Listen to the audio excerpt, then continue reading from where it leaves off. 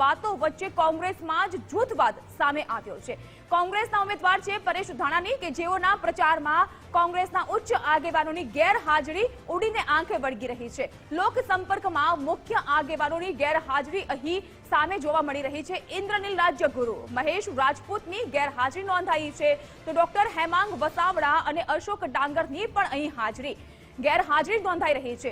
રાજકોટ રણ મેદાનમાં કોણ મારશે બાજી એ સૌથી મોટો સવાલ છે, કારણ કે એક તરફ જ્યાં ભાજપના ઉમેદવાર પરસોત્તમ રૂપાલા તેની સામે ચૂંટણી જંગમાં કોંગ્રેસના ઉમેદવાર પરેશ ધાનાણી। વધુ વિગતો સાથે જોડાઈ ચૂક્યા છે સંવાદદાતા રહીમ લાખાણી। રહીમ, કોંગ્રેસ દ્વારા પ્રચાર તો કરવામાં આવી રહ્યો છે, પરંતુ આગેવાનોની ગેરહાજરી ઉડીને આંખે વળગી।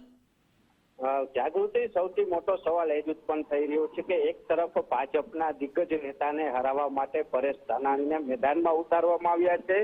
રાજકોટથી અમરેલી સુધી તેડવા ગયા હોવાની વાતો કોંગ્રેસના નેતાઓ કરી રહ્યા હતા, પરંતુ જે રીતના પ્રચાર શરૂ કરી દેવામાં આવ્યો છે તેમાં જે દિગ્ગજ નેતાઓ છે કોંગ્રેસના તેની હાજરી જોવા જ નથી મળતી। મહેશ રાજપૂત હોય, ડોક્ટર હેમાંગ વસાવડા હોય, અશોક ડાંગર હોય કે ઇન્દ્રનીલ રાજ્યગુરુ હોય, ફોર્મ નામાંકન જ્યારે ભરવાનું હતું ત્યારે પણ થોડી સમય માટે જ હાજરી છે તે આ તમામ નેતાઓની જોવા મળી હતી, પરંતુ જે રીતના પ્રચાર શરૂઆત થઈ ગઈ છે ત્યાં ક્યાંક ને ક્યાંક તેમની ગેરહાજરી આંખે વળગીને ઉડી રહી છે, કારણ કે ગેરહાજરીના કારણે હજી પણ સ્પષ્ટપણે કહી શકાય છે કે કોંગ્રેસમાં જૂથવાદ છે। કારણ કે પરેશ ધાનાણી છે તે એક જૂથને મનાવવા માટે ડોક્ટર હેમાંગ વસાવડાના ઘરે પણ પોણી કલાક સુધી બેઠક પણ કરી હતી, પરંતુ હજી પણ આ જૂથવાદ યથાવત હોય તેવું સ્પષ્ટપણે સામે આવી રહ્યું છે। જાગૃતિ જી આભાર રહીમ આપનો। તો રાજકોટમાં ખૂબ જ મહત્વપૂર્ણ આ બાબત, કારણ કે કોંગ્રેસે મેદાનમાં ઉમેદવાર તરીકે પરેશ ધાનાણીને ઉતાર્યા, પરંતુ તેઓના પ્રચારમાં અહીં કોંગ્રેસના દિગ્ગજ નેતાઓની ગેરહાજરી।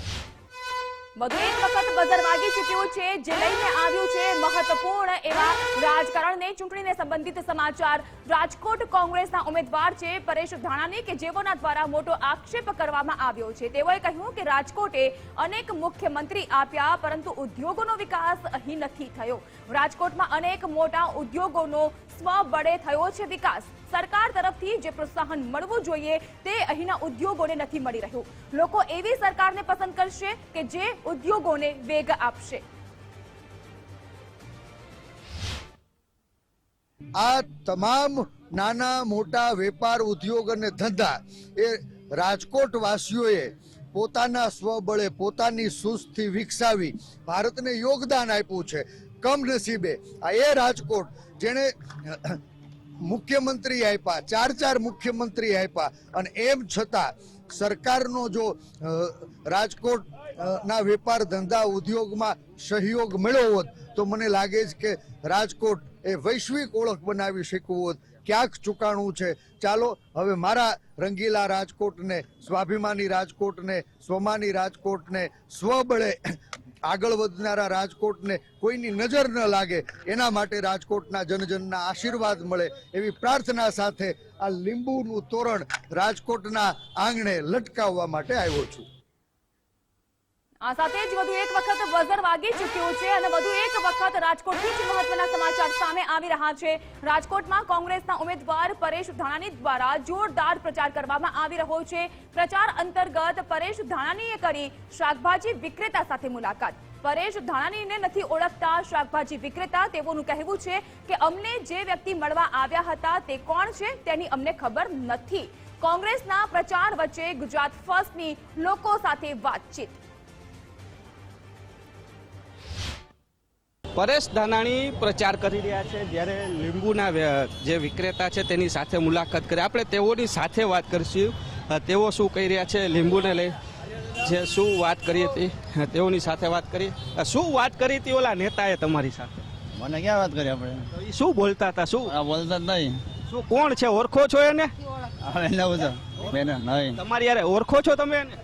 નહીં આપણે હું તમે ઓળખો છો બેન એને? કોણ ઓળખતા? મેં નથી ઓળખતા યાર। રાજકોટ નું હારા માટે જ વિચાર કરતા હતા, બીજું ભાઈ તમે એને ઓળખો કે નથી ઓળખતા? ઓળખો છો તમે એને?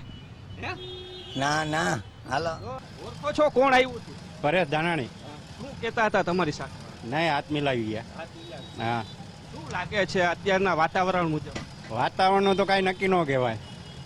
કોણ આગળ કોણ લાગે છે આગળ બંને પક્ષ લાગે હા